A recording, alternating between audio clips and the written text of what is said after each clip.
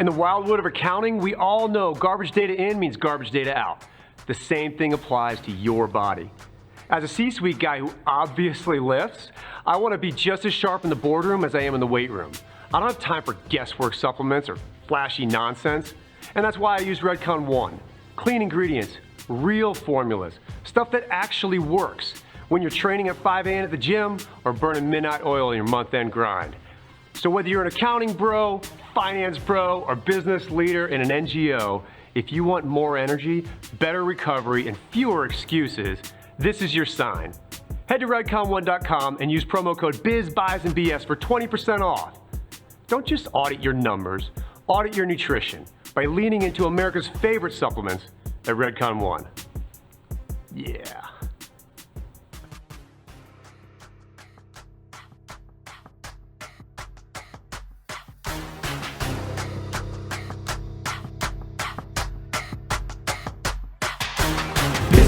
Biceps, a little BS. Fitness mixed with finance, now you're really gonna see us as we're learning, growing. All your minds we're blowing, earning while we're burning. Shirts are tight, so gains are showing. Resolve, evolve, absolve. It's time to make a move. Better check yourself, cause if you're doubting, no, we got the proof. Voices speaking loud, cause we're proud about what we can do. Tickling your ears with CPE, rooted in the truth.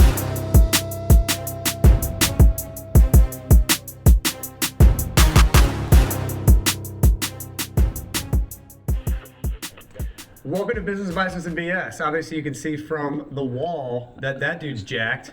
My goal is to become him someday, even though I created him through AI. He is going to hopefully turn me into a beast. It's a logo. You know, ever wanted to be a logo? I want to be that guy. I want his hair. He has great hair, doesn't he? I know I'll never have his arms, but there are so many times when I said, notice the video on the right, how the weight's going up and down. So it goes down, and then of course he puts his hands back up, then it goes back up. And I think that's supposed to be in his hands, but I was like, the guy on the front was so great, and all the graph and everything was happening on the sides. Like, I love it. I don't think anybody's going to notice that over there. And then, but every time I see it, I just do it. It's like a cheerleader or something. I think you just gotta describe the AI in general. Like, if it looks all right until you look close, and like, oh, no one's gonna notice that. So it's fine, it's good enough. But then people notice. So look at his shirt. Watch the right bicep. Bam. So his shirt splits. Yeah, it does. So like, what's going on there? So then it goes back to normal. You just hulked it. Yeah. This is a little Bruce Banner action. Yeah, I love it. So yeah, this business, biceps, BS, baby. So we'll talk a little bit of business today. That maybe flex some biceps, but there's gonna be a heck of a lot of BS because we were both talking about Nick Banting and all of his wisdom, and I'm sure that because we're all orbiting each other, that some of his bantings are going to come out during this. Oh, I see what you did. Nick bantering. Yeah, and his wisdom and That's right. That's right. All right, so Justin, you're here. You're actually in studio. So, and this is like the third time I've tried to get you here. Different things happen. You know, life happens, this, that, and the other. But you're finally here. And so, I just tell the people who you are, and then let's really get down into what we really love doing, which is talking about. Marketing and putting duct tape on our mouth and everything like that. Well, I mean, basically, like what you were saying there with the AI, with the graphics are a little bit off. I kind of do that, well, I make sure they're not off with your writing, with your brand voice. Whenever you write something and it feels like something's not quite right there, is I help you dial it back in. And I help you really sound like you better. I can define a brand in a way that will truly be authentic at scale, no matter who's doing the writing. And I help you lean into the things that really do make you sound unique. I mean, look, you are unique, just like everyone else on the planet. Thank you, that's what my mom says. Just like everyone else on the planet. You're very special. Yeah. Yeah, it's all right that you don't have to wear the helmet anymore. We're proud of you. It's a hairnet.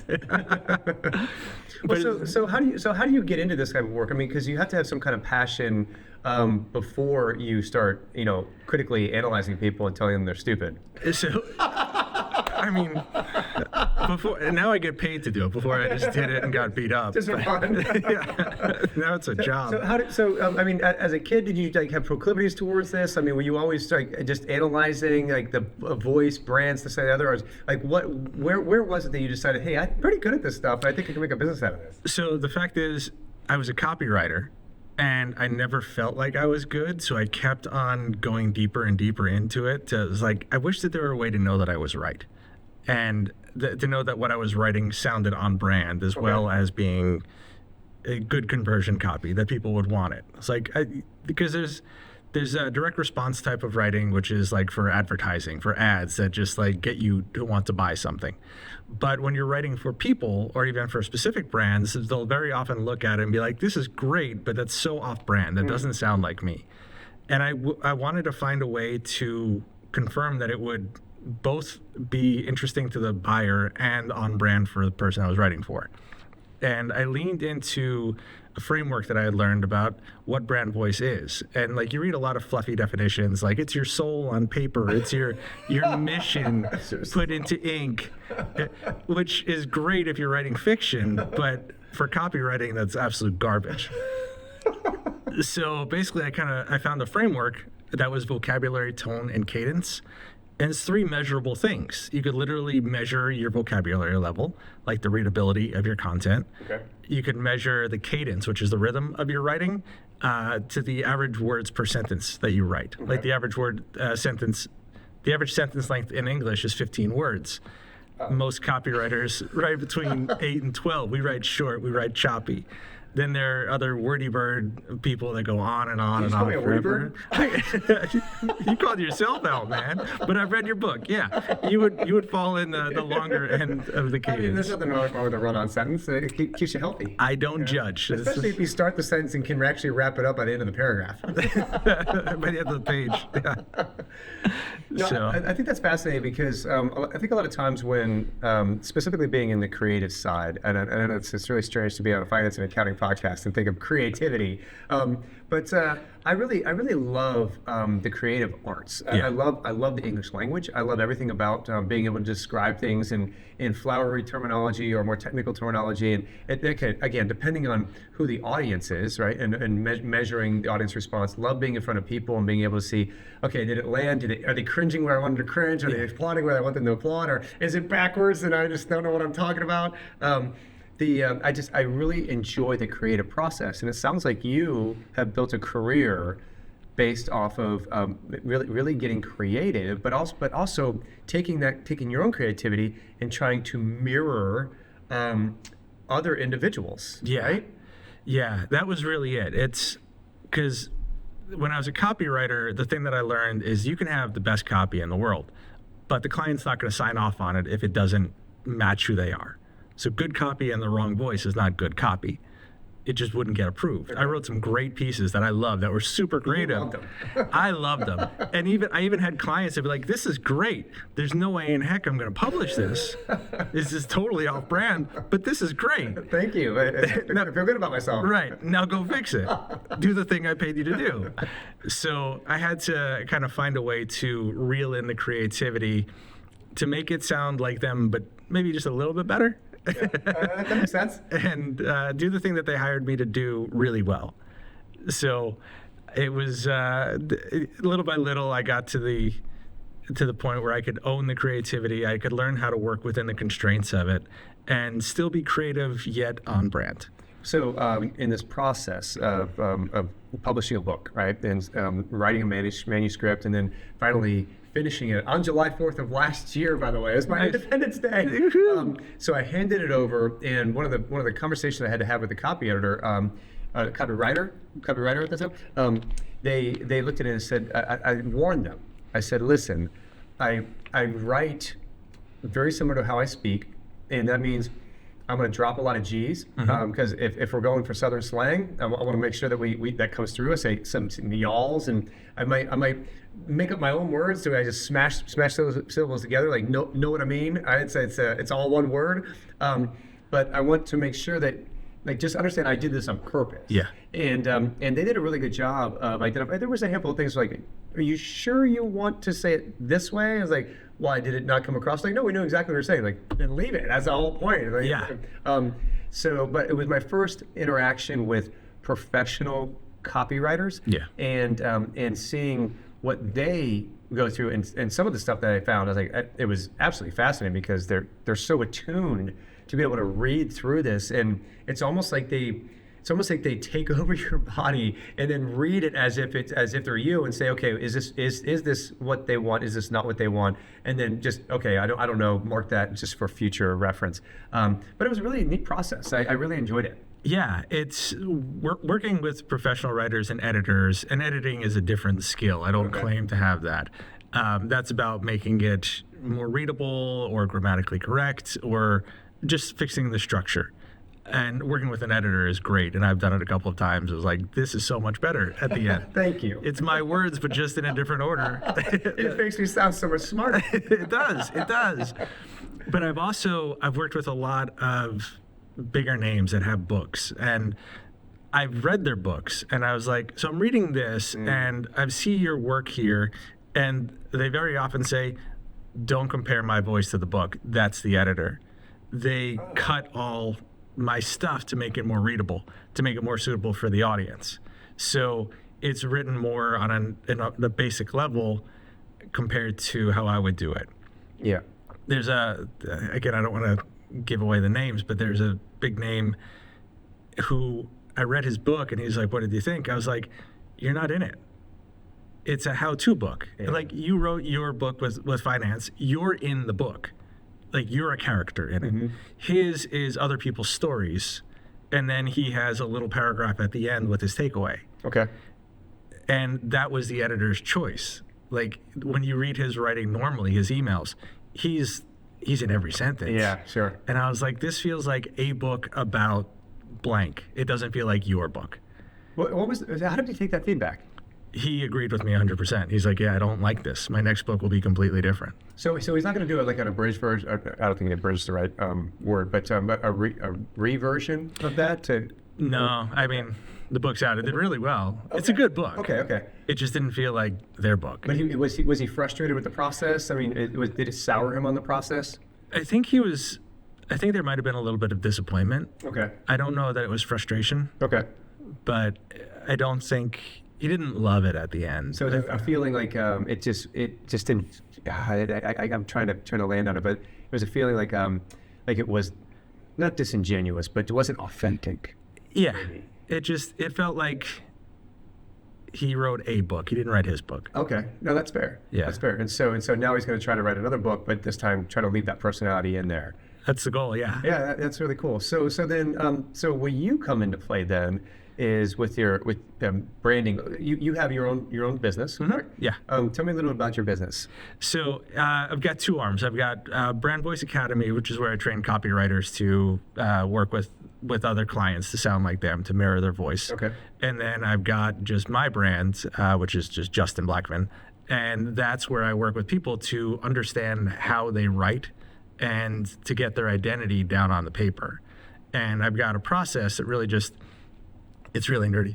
You're a very nerdy crowd right now, yeah. So go for it. So, but basically, it comes down to removing a lot of the stuff that we think we're supposed to be and really working into who we are. So dive into that.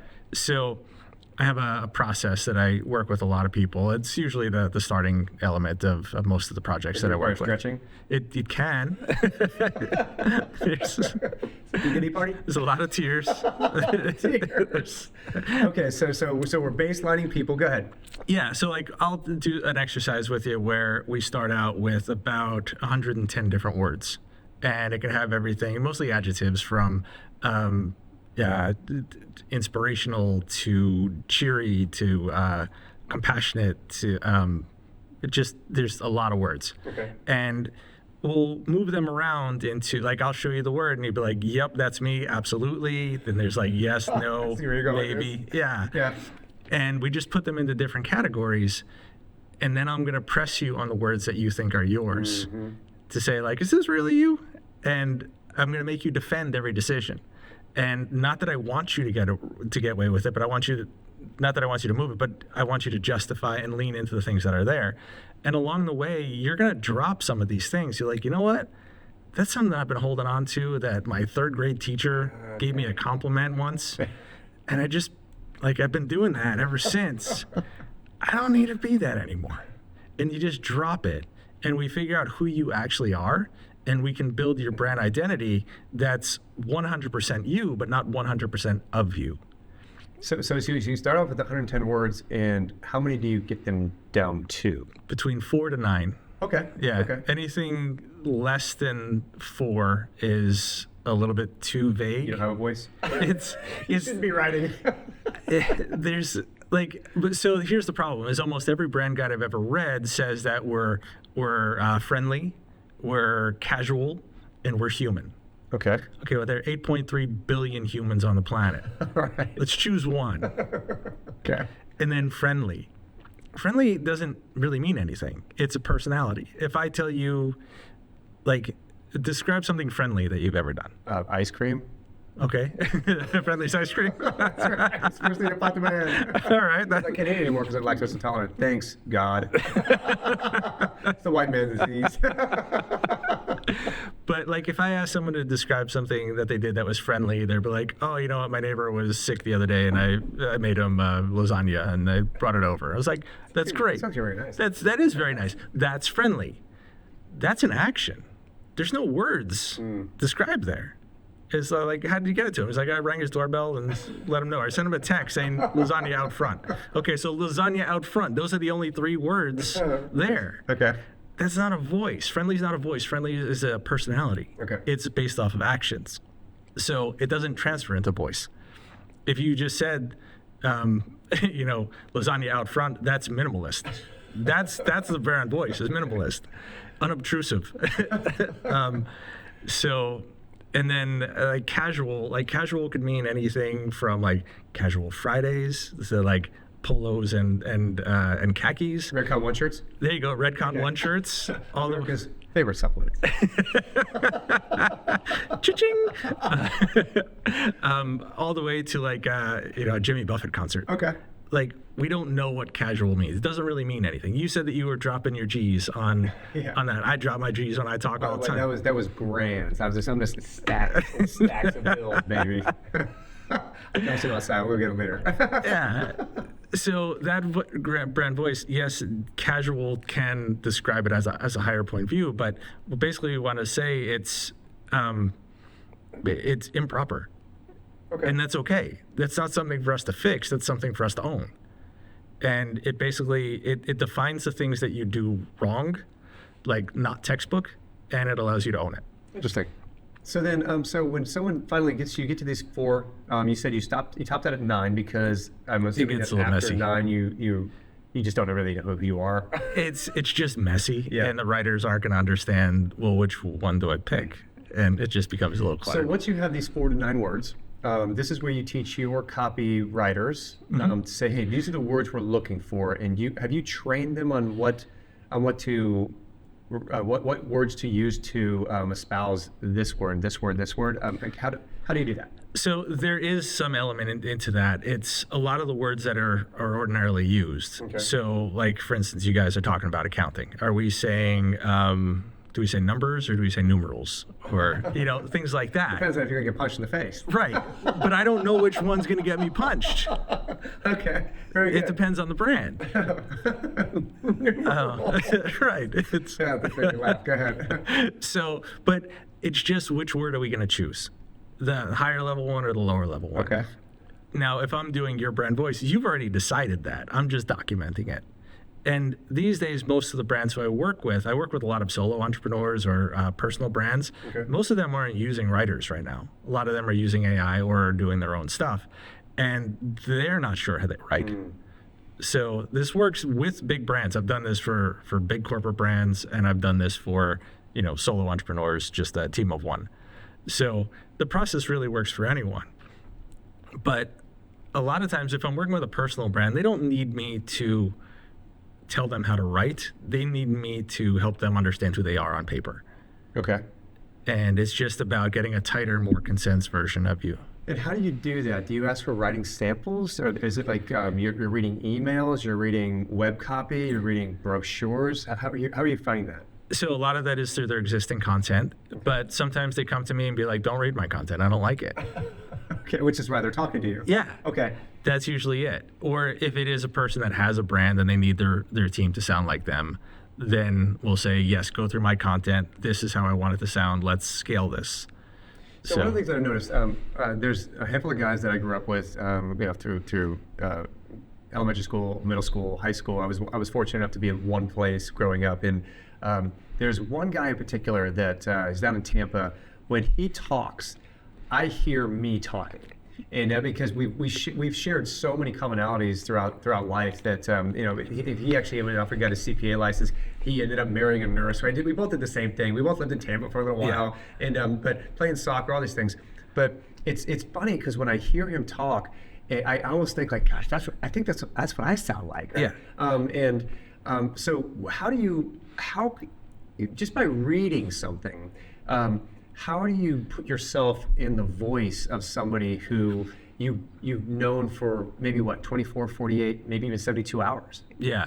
So there's only one consistency that I ever have in every conversation that has been across from birth until right this minute. The only consistent piece is me. Okay. So it's not that I can understand you, but I know how I write and I know how I talk. And when I listen to you, I see what you do differently than me. Oh, interesting. Okay. So my baseline is me. Your baseline is you. Interesting. Okay. So when everyone's like, well, what should my average be? I'm like, I can't tell you what your average could be. I could tell you what it is. Yeah. I can tell you what mine is and how I would write it differently than you, but I'm not saying mine is better. I'm just saying this is my way, this is your way. Okay. If I tried to make everyone sound the same or define everyone to get to me, that's inauthentic to them. I'm not saying my way is right. My way is just my way. Okay. Well, okay. So if that's the case, then that means the people that are coming into your organization, who you're training, they also are baselined in their own individual ways too, right? They typically don't know their own baselines. Okay. And I help them discover what it is. All right. So walk through this process. This is fascinating. Believe me, all this questioning is going to a particular point. But so walk through this process. You have someone who's just come in. You're training them to understand their baseline. Where do you start? So that's usually by going through a lot of their content, and I literally measure it. I have a tool called verbatimtool.com. And you developed this tool? Yeah. Oh, very cool. Yeah. Okay. Well, I had a coder do it with me, but I was like, here's everything I need. It's fine. Okay, yeah. Okay, great. Yeah. And it's literally mathematical breakdowns of your writing. The average amount of commas per 100 sentences. Okay. But everything's done at scale. It's 2 100 sentences.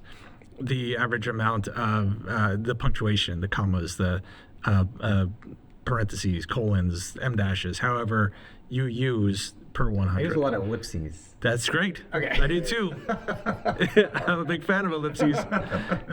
We are unfinished. Dun, dun, dun. Yeah. I like to read ellipses like dun dun dun. Me too. Wait a second. I think we are the same person. Could be. Our baselines are starting to match. Yeah.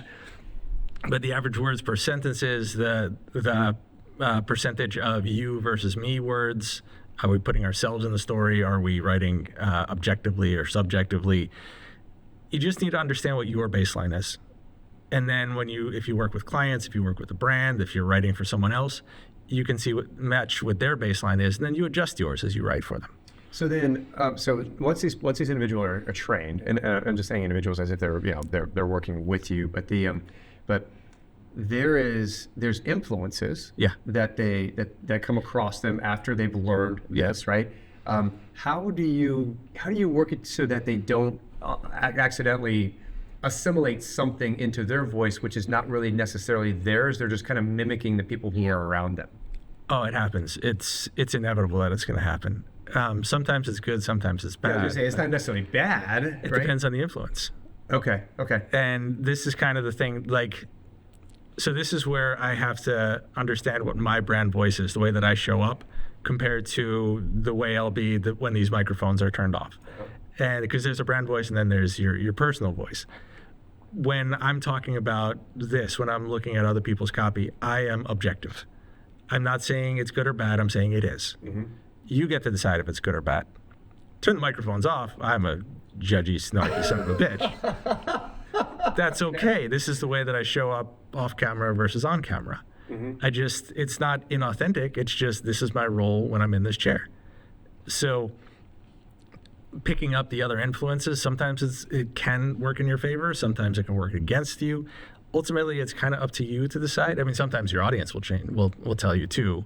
But a boo or a hiss or something like that. Yeah. or unsubscribes, Yeah. Change the pivot real quick. Yeah. So that happens though. You got cultural influences and television that just seeps into our brand, and sometimes it doesn't belong there. Other times it works its way in. And sometimes I've been watching Landman on Paramount, and I'm a big Billy Bob Thornton fan. I just think that he's the type of guy that when he's on camera, he delivers his lines. But I think some of the best lines that actually come out of his mouth are the ones where he's talking under his breath, and like there's some of the funny, just sharpest lines that come out. Demi Moore is in the she plays the wife of an oil baron, and it's funny because she's been in a ton of different movies, but the instant she opened her mouth and started talking with a Texas accent, I was kind of like, I don't know if she's pulling off the Texas accent. And maybe it's just in my mind. I've seen her in like G.I. Jane. I've seen her in all these other like very I guess polished roles, and now I'm supposed to see her as like this not a Southern belle because it's Texas, but at least a shit kicker. Somebody knows. But it was funny because I saw her. I was like, I know that woman. That looks like Demi. And then she spoke, and I was like, that's not. Is it? Yeah. Demi? That doesn't sound like what I normally hear her as. And of course, it's acting and things like that. But it's when you start seeing these actors that are coming in, it's like, yeah, that person's southern accent is horrible. They should never do an East Coast accent, right? Yeah. It's just trying to emulate and trying to become something that they're not. Sometimes it's a little bit more difficult to climb inside that voice. Yeah. I mean, sometimes an actor is miscast, or they just can't pull it off, and we do bring that into our brands as well. Sometimes we're trying to play a role a way that we think it should be rather than actually being it. We're trying to play an archetype or an idea of what we think it should be, but we get it a little bit wrong because we're literally trying to be something that we're not. So in live theater, there's the advantage of being the individual who originates a role, let's say on Broadway, right? And you are, I'll take from the male perspective, you are the male lead or the next guy in line, and because you're the one that originates this role, everybody after you who plays that role is going to try to fit into the shoes that you've created. It's very similar like A Few Good Men. Mm-hmm. When is it Jack Nicholson? Nicholson. Okay, Nicholson. I always get the golfer and him mixed up. But he comes, is like, you want me on that wall, you need me on that wall, right? Every time I've seen A Few Good Men in like a small theater, everybody's trying to be him. Yeah. Right? And so every once in a while, you get somebody that plays it a little bit different. You're like, what is that? That's an interesting acting choice. Yeah. But again, it comes down to the influence is there, and it's so overwhelming, especially like in this case, he's such a giant actor, and it was big movie. But there was part when we had a monoculture and everybody went to go watch that movie, so everybody knew what that was. And so when you're seeing it on stage, you're almost waiting for that big character to come out because that's what you already preconceived in your head. The audience is already expecting this, so it's like, do you deliver it that way, or do you like, you want me on that wall? You need me on that wall. It's like, oh, what just happened? That's weird. But same principle. When you have writing or you're trying to find that brand voice, I'm sure that there's people that come to you and say, I want to sound like this. Yeah.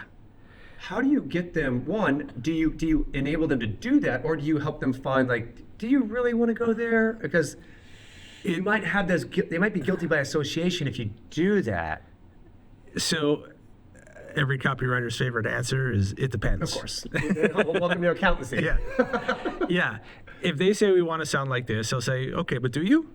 Do you actually sound like this, or are we faking it? Because if we're faking it, it's not sustainable. You're eventually going to drop down into whoever you actually are. Okay. You're just going to get tired of this. And you're little by little, you're just going to move back to who you are. Kind of like when, again, going back to acting, when you have the British actors who are really good at doing American accents, and then you find out they're British, like, what? Yeah. I thought they were from Wyoming. Yeah. But no, they're all off doing their thing. It's like, comments. Now flip it. Do you remember Kevin Costner in Robin Hood? Yes. Prince of Thieves? Yeah, he starts out with a British accent. There you go. Yeah. So eventually you fall back in. It's like seeing somebody with glasses. They took off their glasses. Like, whoa, what just happened? It just feels off. It feels off. Something feels off, Yeah. right? And so the same thing happens inside brand voices. Yeah. Yeah, if it feels off, it could be like sometimes it's unsustainable. Other times the audience is like, this isn't him or her. Either this is AI or this is a copywriter who's taken over. People notice. If you've got a distinctive voice or if you've been writing for a while, people notice when it's not you. We think that it's passable. And a good copywriter absolutely can be passable. I mean, I've been that copywriter, but I've also not been that copywriter. I've made the mistakes. You don't start out good. so people notice. Well, so we're talking about human voice, but we're really talking about brands, right? So it makes me make the logical conclusion that the brand itself is the humans behind that brand. Am I correct in that assessment? Very often, yeah. Okay, and so then working with those humans, and then let's say this brand's supposed to be this big, big flashy pyro fire, just out there, Red Bull type, gonna get your wings type stuff. But the person that's putting this out there is very meek and mild, but that's the persona they want to project. That dichotomy, does it eventually wash away? Does it, or how do you keep the consistency of something like that?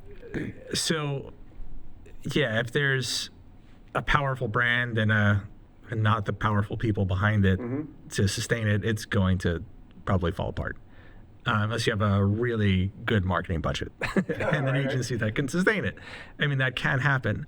But for smaller brands that are just trying to do something, like if I try to make my brand like about biceps and brand voice, come on, like you're laughing. Yes.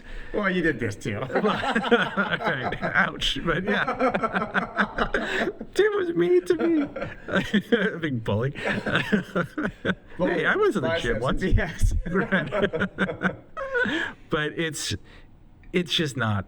It's inauthentic, and the people can see right through it. So then when you're talking about a brand, because so inside the legal world of corporations, right, they say that there's a corporation stands upon its own. It's a singular entity. It is an organism in and of itself. And they could say, well, so is a person. So in the legal world, a corporation is considered a person.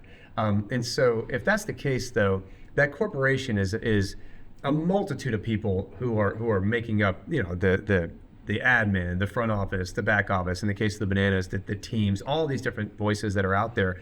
But there's one person, we'll take the bananas for example, there's one person with a yellow hat and a yellow tux who is just over the top, boisterous, very energetic, friendly, smiling, so much energy that I've seen him in the evenings just completely just soaked, just like not one more piece of energy in him because he's left it all on the field. Yeah. So naturally, that brand, since he grew it from a seed to now what it is today, that brand is everything about him. It's energy. It's yellow. It's people get they see the logo and they smile instantly. It's the best icebreaker on the planet. So now let's say Jesse decides that he's going to take a sabbatical. Yeah. How do you maintain that fun brand voice if the fun brand dude isn't the one sitting behind the scenes going, okay, I want this, I want this, I want this? Because he's built a brand that has its own identity. He was the leader of it. He was the head. But the brand is the heart. Oh, okay. So there's more to it. It's his idea, it's his passion, but the brand is now strong enough to live on its own. Jesse will one day not be there. Mm-hmm. That brand's going to be a legacy brand. That's going to live on for a long time. We know that. That's the power of what he built because he put a personality into it. It's not necessarily all of his personality. It's most of his personality, but it's become another thing. The players doing the flips and this and that. That's not him. That's what the players have done with the freedom to be more energetic. They know that fun is the brand.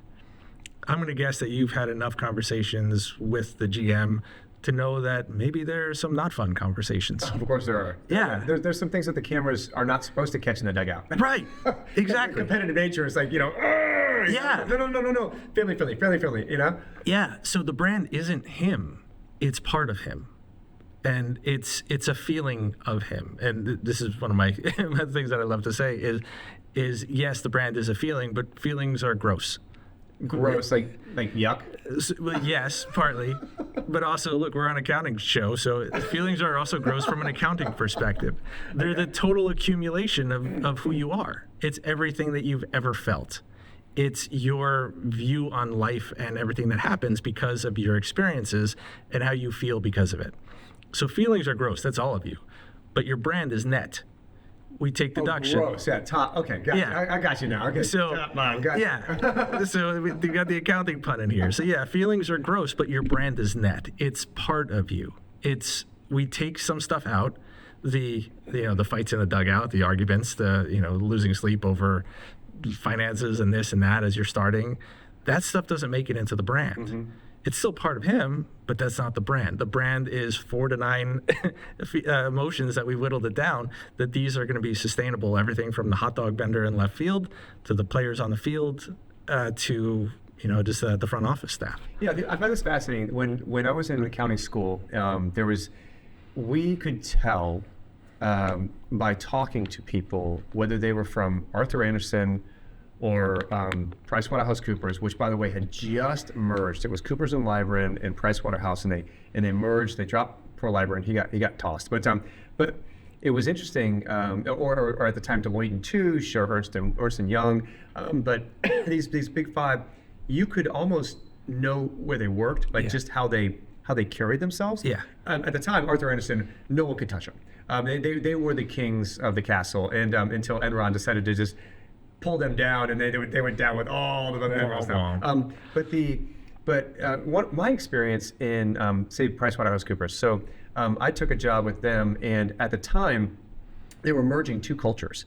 And the PW side was supposed to be the side that was a little more fun-loving and energetic, and the Coopers and Lybrand side was a little more tamped down, very very accounting-oriented.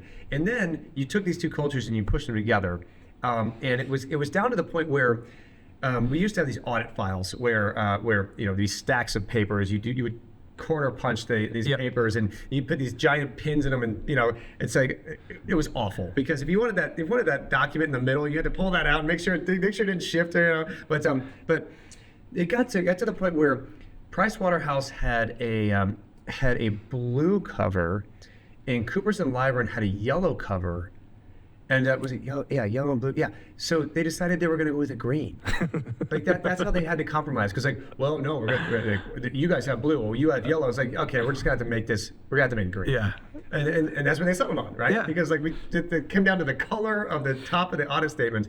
But there's times when those companies, they'll come together, and you will see a natural attrition of people. Is like, I don't like how this feels anymore. I don't like how my boss talks. I don't like how this feels. And like now the refrigerator opens from this way instead of this way. You know what I'm talking about? Yeah. And so there's a lot of people that's like, okay, I think I'm going to go somewhere else because I don't feel like I fit anymore. Yeah. And of course, that's when two big brands come together. And it's like, okay, now what? What's going to stick? Some of the partners is like, look, you're great. You have a great book of business, but there's only so much room, and it's kind of the feel of the new brand, Yeah. So that partner gets their golden parachute ripcord pulled, and they do the other thing. But there's things that we need to consider there too, especially in the accounting world, that when a firm is out there, it really does become whoever the managing partner is, and that can be, like you said earlier, it could be good or it could be bad. Yeah. Yeah, there's a lot there. Sometimes a CEO will come in and want to make their mark. Other times, a CEO's job is to maintain what's already there. I don't know the answer to these, but you said PricewaterhouseCoopers. There was Evan Anderson. Is that right? Arthur Andersen. PricewaterhouseCoopers, Deloitte and Touche. Yep. Yeah. So those, I'm gonna guess, are all last names of people. At one point, yeah. They're all last names of people who had risen to the top, right? Right, and I'm gonna guess a lot of those people aren't in the brands anymore. They're probably not there anymore. But they left a brand that had its own identity, even though they're gone. Sure. So strong enough that people felt uncomfortable when the covers of their reports changed. That's right. That's right. Those are pieces of the founder that was left, and that's the brand. That's the energy of the Savannah Bananas, not necessarily the voice. Like those are the pieces that stay. We build a brand around the right things. The color doesn't necessarily matter, but it also kind of does. Yeah. Like those are the pieces. Combining two brands into one, it's gonna be messy. There's gonna be casualties along the way. It's just gonna happen, and it's a compromise. They say define a good compromise as both sides leave a little bit unhappy. Okay. That's kind of it. Defining a new brand out of two existing ones, you're gonna get a Venn diagram. There's gonna be some overlap. You're gonna have a couple of things in the middle, but there's gonna be some stuff that doesn't fit. All the way down to like the email signatures, right? Yeah. And how we're going to talk about certain things. I can see that certainly works. In the case of, what I'm trying to get to is that in the accounting and finance world, specifically in the accounting world, we have reputations for being hard workers, which is great. That's a good reputation to have. Being trustworthy advisors. Mm-hmm. We work long hours. Probably not a pro, but people know we're grinders, right? I guess we'll wear that as a positive. But the reality is we're all kind of slowly burning out, right? But we have all these great accolades that are attributed to us as a profession, but I don't think that we do, again, from a CPA profession, I don't think we do a really good job of showing off our personality. I think that we've done a really good job of muting everybody across the board and just saying, we are CPAs. Yeah. But the problem is, like, the CPA mold it just has to be shattered, ground to dust, and blown off, because there's so many different personalities, backgrounds, expertise, all these different things coming into the fold now. And it's like, well, where do I fit? Like the students coming in, the people have like maybe 5-7 years. Do I stay? Do I go? It's like, does it even do I even recognize myself in this organization anymore? And it's a serious. I'm not going to call it a crisis, but it's something that at any given point, CPAs will they know something's off.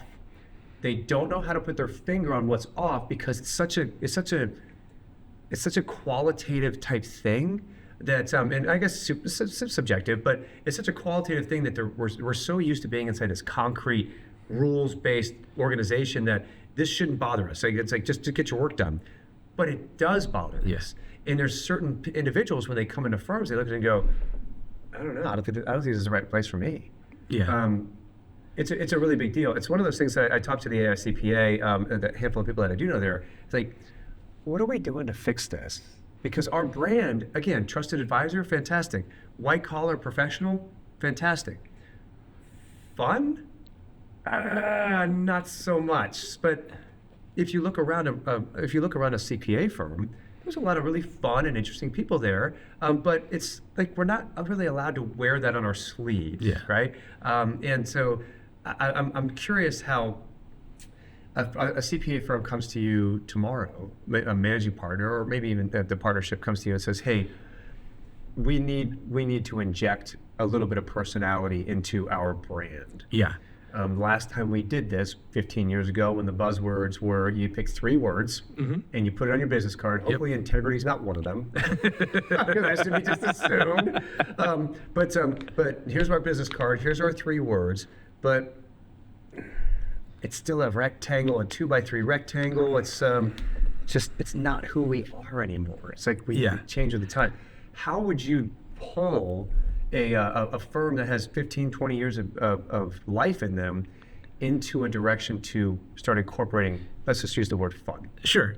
I would figure out what channel is the safest and easiest place to begin, which is probably going to be social media. Okay. Because it's temporary words on the internet that's going to be there. They say they're temporary.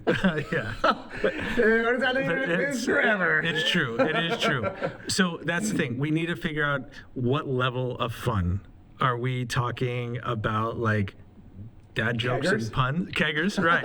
Yeah. Right. Right. Are we talking like, hey, we're fun. Look, we have a beer, or are we talking 6 beers? Like, what's the level of playfulness that we want to do? And it's even that. Are we getting like playful fun, or are we getting edgy fun? Are we talking like going from a G movie to a PG, PG to PG-13, or are we going R? Right. I'm liking your firm. Keep going. So we need to put the guidelines around it. And not just that, what are the things that we're allowed to make fun of? Can we make fun of other firms? Do we make fun of us? Do we have fun with the consumer?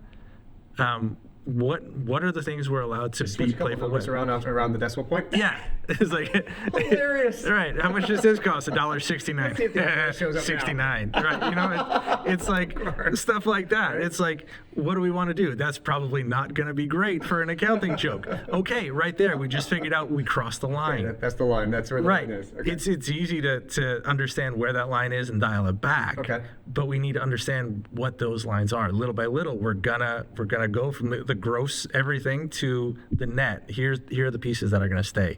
This is our window. This is our wall. Like even Liquid Death, the great company. Yeah. They say, I read an interview with the founder, and they're like, everyone says we're funny. We have about 2 degrees that we're allowed to play within our fun. Okay. If we're off by like 3 degrees, too far. If we're off the 3 degrees the other way, too safe. Oh, yeah. They have a very, very limited window of what they're allowed to be funny with. Okay. Sometimes they'll bring in influencers who can add in their own personality, but the brand itself is really only a very, very specific level of fun. But they're all in on it. Same with the bananas. Like, it's high energy. Super fun. Yeah, but it's the energy. It's not jokey fun. It's energy fun. So any type of brand that wants to inject fun into it, we need to define exactly the level of fun that we want and how are we going to bring this about. Is it going to be brighter colors? Are we going to make the covers yellow or green? Okay. Maybe we're going to do hot pink, you know. That'd be fantastic. Yeah. So, but to some people, that is the level of fun that they're comfortable with. Other times it might be just a bad video on TikTok, like just sort of playful and showing the making fun of the boss a little bit, or showing like the outtakes. So, but I find this interesting because in the CPA world, and again, this is mainly our audience, the CPAs, and a lot of them, if you start asking around to individual questions when microphones aren't on, everybody agrees that, hey, yeah, we need to loosen up a little bit, right? So maybe we don't put as many pictures on the website of us in like ties, and, and maybe open up the shirts a little bit. Maybe wear those goofy shoes with the white bottoms that seem to be all the rage that I don't wear, but they make squeaks, squeak, squeak, squeak. Yep. But like what is so we've adopted an appearance that is allowed, right? But it's like people don't want to. They just don't want to take that next step of saying, let's show a little bit of personality here, which I think is one of the biggest things that will if you are authentic and you do show yourself as being, like, again, I'll go back to the Harley Davidson, the tattoos, the windsurfing, all these different crazy things, or just hunting, whatever, right? I almost think that you could go and find new clients who have an affinity towards these things, and the reason why they want to do business with you in the first place is because they met you on a shooting range. Yeah. That's not golf. Golf schmalf, but the point is that you're on a ride, a 300-mile ride on the Harley Davidson up to the Carolinas, and then you pull off at that one stop, and you're in your leathers, right? Yeah. You got your vest on and everything, and what do you do? It's like, well, I'm a lawyer. You're a lawyer? Yeah, I'm an accountant. What? Like, wait, that's like that Spider-Man meme, right? Yep. But you learn, you become friends with people off those affinities. Yeah. And then it's like, well, the next time you need a lawyer or you need an accountant, it's like, hey, remember we met at that dive bar on that ride? I need some help. And you already have that connection. So now it's just like, now you're just moving that connection from a familiar place down to a professional one. Yeah. But you understand each other. I think that's where CPAs really, they don't do themselves any justice here, because they try to keep going back to this mantra of we're hard workers, we're trusted advisors, we were white shirts, we were ties. And it's like, there's so much more to the profession than just putting on this facade that we are, buttoned down and we're very, very serious. Like, I get it that finances are serious, but there's a whole hell of a lot of finance out there that's really fun and fantastic. But if you keep sucking that out and just making it just about numbers, like, what are we trying to do here? Yeah. So to go back to your term before with the business card with the 3 words on it. In marketing, there's 3 words that are important to everything. It's know, like, and trust. Okay. And they need to know who you are. They have to trust that you're good enough, and they have to like you well enough to spend some money with you. Okay. So the buttoned up accountant is going for the authority and the trust. Trust is there. You can know them. That's great. But do you like them? Well, you probably don't like them until you find out that they're riding Harleys and going to the shooting range and this and that. Or Not they just saved you a whole bunch of money. It's like, I like him because he saves me money. That's good too. Okay. That's absolutely good. But in order for them to save you money, you've already got to know and trust them. There you go. But you've already got to give them a reason to choose you. Okay. That comes down to voice. Voice is the reason why someone will choose you from someone else who's got the exact same experience and the exact same resume. You said yourself, you got a buddy of yours who you grew up in Tampa with. He's like talking to you. Why am I going to choose you if he's doing the same thing? He's got the exact same background. Well, that's going to be your personality. That's going to be your voice. You're the only person I've seen who wrote an accounting textbook that has the word ass in the foreword. Yes. So I'm going to choose you because that sounds kind of like me because I like that. It's not that you're more trustworthy than the other guy. I mean, maybe you are. I don't know him. But if I did know him and I trusted you both, I'm going to choose you because of your voice. See, this is... Man, I wonder how we can help our profession meet you so that you can start, and whether we start local, I mean, Atlanta's right over there, right? Over somewhere. But there seems to be a very large market for this, especially inside, and again, I'm staying inside my guide rails, accounting and finance, but accounting specifically. We have a very hard time expressing ourselves. Yeah. And because of that, the people that can express themselves, there's one or two things. They're either ostracized by, like, it's kind of like if you're the fit guy at like a hot dog eating contest and people are like, what are you doing, lifting weights or something? And all these like beer bellies like, there's like, you're making fun of me? Yeah. And then the guy just goes, and eats like 70 hot dogs. But it's like the pride of being known as a professional, they can't get out of their own way to be able to say, just relax just a little bit so we can show off why they want to come hang around us. I mean, accounting, it's a commodity. You can go anywhere and get this stuff, right? Yeah. So then what's going to make you stand out? It's not going to be the little triangle on your business card that is, has a little shadow here. It's like, oh, look at our logo. It's like, nobody gives a shit about your logo. They want to know about the person behind. Like, logo is great, but why did you even come up with the triangle? Like, what's up with the shadow? It's like, what is about that? Oh, I noticed that's a Harry Potter thing. You like Harry Potter? I love sci-fi. I was like, okay, we're fantasy. Okay. I'm going to bring all my orcs and trolls and all these people to come over, and they're going to be your clients now. They're like, sweet, this is going to be great. I love that you just raised the level of nerdiness. Raced right down that one. So that's a CPA in Harry Potter world. But I think that we do a very poor job of identifying that. I should say this. There's safety in numbers. There's also safety in the brand of CPA. And the brand of CPA is trusted advisor, professional, feet on the ground, look at your feet. They don't look at the eyes. But from that perspective, there's got to be, anytime there's somebody that's a little bit different.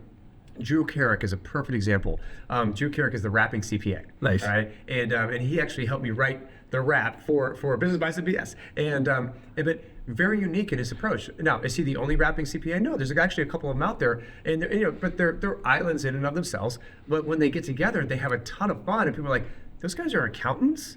And it's almost like, is the accounting profession like lowering their standards, or are these guys just that good that they can do accounting and they can do something absolutely creative? Right? I don't know. I think rap is lowering its standards if you're letting accountants in. They're actually pretty good raps. I would say the vocabulary, the syllable count is actually fantastic.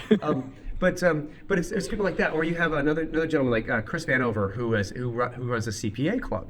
CPA club is very, very different than your normal CPA firm in that they do subscription services. They don't bill by the hour. They bill for like value pricing, what have you. But his feel is that we're CPAs, but we're your friends first. You're going to come to us because, like you said, you know them, right? And comes trust, right? And so he's built a firm on a completely different ethos than, say, a typical accounting firm, 20, 30, 40 member accounting firm. It's just, it's those bigger accounting firms. Those are the ones, I don't mind saying it, those are the ones that really give CPAs a bad name when it comes to having personality. Like a good name from the standpoint of trustworthiness. A bad name when it comes to is like, dude, you're the person, you're the mold I'm trying to shatter so that people want to come into this profession. Yeah. It's really difficult to overcome. So we're talking the corporate molds are the ones that are given the... Yes. Okay. Yeah. The ones that want to be the, I'm a CPA, The trusted. I have the Mont Blanc pen and things like that. It's like, yeah. So those were the things that previous generations trusted. Correct. But current newer generations don't because of Enron scandals and the whole political environment and corporate environment and too big to fail and things like that. Sure. People don't trust that anymore. The things that were in all the way through the late 80s where the foundations of trust are now a red flag. So these little guys, like I don't trust the big guys. I trust the little guy because I know him and I'm going to see him at the grocery store. So if he screws me over, he knows I'm going to throw an egg at him. About his bananas. Yeah. So things like that. So sometimes the little guys have the advantage there because they're not held to the former standard that doesn't necessarily work for a lot of people anymore. Okay, so let's follow this because I like this rabbit trail where we're going. So young firm, somebody's saying, look, they've got maybe 5-7 years of experience at a more typical firm, a more traditional firm. They decide they want to go hang out their shingle. In order for them to be different, what would you say, obviously it comes to you, but what would you say would be the steps that they would need to take in order to set themselves apart? Because now they're carrying that you were from this traditional firm. People are going to know you. It's like, oh, didn't you work over at XYZ firm? And well, yeah, but I'm not them, right? I'm me, and I'm trying to put my own shingle out. This is and so how do you break free from something that's such a it's such a large, it's like an albatross that you can't really get off your back, but also be unique enough in your own circumstance, but not so much shed the trustworthiness and things like that. It's like almost want a little bit of best of both worlds. Yeah. So you talked about being different, and there's a lot of talk out there in the marketing world saying that different is better than good. I don't believe that. Okay. I've had a whole lot of things that were different and bad. Okay. You need to be different and good. And you're actually coming in to speak in my group called Different on Purpose. Okay. You need to be different on purpose. It's not just about being different. It's about figuring out what your actual point of differentiation is and if it's the thing that you want to lead with. And I actually have a framework for figuring out what the differentiation point can and should be. And it's got to be sharp because it needs to be precise and also sharp enough to cut through the noise. Cool. It's got to be sticky, so it's got to be memorable. It's got to be shareable, so other people can say what it is that you do, not just like, oh, you should talk to them because they're different. They're different because they want to be able to talk to it. And it needs to be significant. If the only difference between your brand is that your cover pages are now yellow, that's not significant. Right. So it's got to check all 4 boxes if you want to put it forward. Otherwise, it's just going to be noise. It's going to be a purple cow. It's, hey, look at me. Purple cow. If the meat tastes like crap, it's not a really good differentiation point. So it's Purple cows, huh? it'll get attention, but it won't necessarily get the business. So I don't believe in being different for the sake of being different. I believe in being different on purpose. So then, okay. So in this vein, if someone comes through the GSCPA and says, "Hey, I'd like to talk to Justin to really find my brand voice." Am I saying that correctly? Yeah. So how would they find you? How do they contact you? I'm pretty easy to find. JustinBlackman.com. You can find me on LinkedIn at Justin Blackman, Instagram at Pretty Fly Copy, which is the old business name that I still have. But yeah, there's not a set answer that I have for the best way to work with someone, but just reach out to me. That's the easiest thing. I'll help out whoever I can. Are you? Do you post any articles or anything on LinkedIn or any places where they would find some of your work? I'm on LinkedIn as more because people say I should be on LinkedIn. Right, okay. I don't enjoy spending time there, but getting on my email list is probably the best way. I've got a couple of examples and some case study breakdowns on a website that show sort of before and afters about people who are leaning into their brand and how I look into it. And will we be able to provide those in the show notes? Sure. Oh, that'd be great. Yeah. Well, Justin, I mean, before we stop, I want to make sure your business name is JustinBlackman.com. Okay, and you are a brand voice guru. I don't like the word guru. Yeah. I go with brand voice finder. Okay, finder. Okay. Yeah, Okay. I used to go. Lightning rod. Yeah, Okay. I used to go with expert, which sounded a little hoity-toity. Then I went with creator for a while, but then ultimately what I found is that brand voices aren't created; they're found. They already exist. I just help you dig them out. The voices inside you, we should help you. Okay, so you're like a brand voice archaeologist. Like that, yes. I mean, the Indiana Jones. A cool hat and a bullwhip. Yeah, you do. Someone's got to take over. You already got the shirt. It's great. I've got it. I've got the bullwhip too. Well, listen, Justin.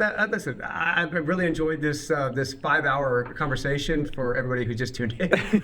But I think that what you provide is something that's vastly different than what we do in the CPA world, and that's why I like bringing in these voices, because I think the CPA world needs more creative people like you putting their stamp inside our industry. Just if anything, just to show that there's personality behind this very regimented, rigid, serious industry, and allowing people to say, hey, no, I can be myself. And if I can't be myself inside this silo of a firm, then it's okay that I move over here, but I need to be different on purpose. Yeah. Is that right? You got it. You nailed it.